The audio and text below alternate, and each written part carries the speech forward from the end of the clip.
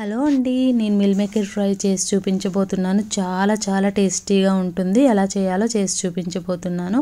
ఒక బౌల్లో నీళ్లు మరుగుతున్నప్పుడు కాస్త ఉప్పు వేసుకొని 1 కప్పు మిల్ మేకర్లు వేసుకొని ఇలా ప్రెస్ చేసుకుంటూ 2 నిమిషాలు ఉడకనివ్వాలి. ఆ తర్వాత మూత పెట్టుకొని ఫ్లేమ్ ఆఫ్ చేసుకోవాలి.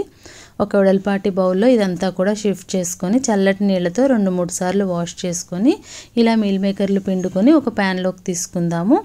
చూడండి, అన్నీ కూడా మిల్ మేకర్లు ఇందులోకి తీసుకున్న తర్వాత తగినంత ఉప్పు, కాస్త పసుపు, 1 స్పూన్ అల్లం వెల్లుల్లి పేస్ట్ వేసుకొని కొంచెం నూనె పోసుకొని చేత్తో ఈ విధంగా మిక్స్ చేసుకుందాము.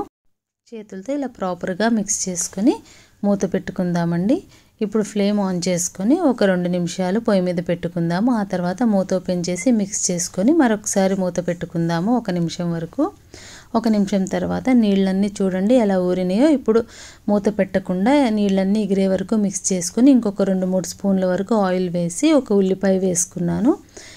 చక్కగా ఫ్రై చేసుకొని ఒక 2 పచ్చిమిరపకాయలు, కొత్తిమీర కట్ చేసుకొని ఇందులో వేసుకోవాలి.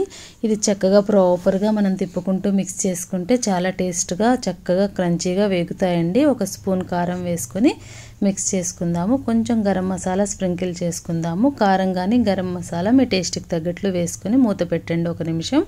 ఇప్పుడు ఫ్లేమ్ ఆఫ్ చేసుకోండి. చక్కటి మిల్ మేకర్ ఫ్రై మీకు రెడీ అయిపోయింది. కొత్తిమీరతో గార్నిష్ చేసుకొని సర్వ్ చేద్దాము. పప్పుచారుతో కానీ రసంతో కానీ చాలా బాగుంటుంది.